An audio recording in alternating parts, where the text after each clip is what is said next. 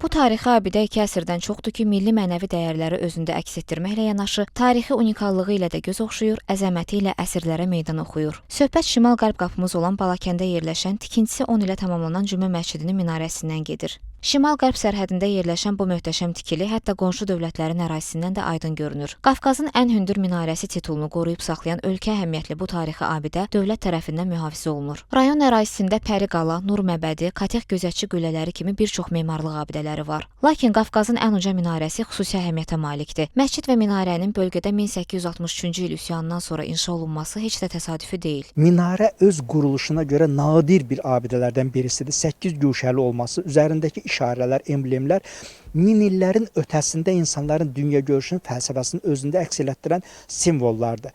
8 guşəli olması bilir ki, Səlcuqlularda bir emblem, bir gerb, simgə halına gəlmişdi.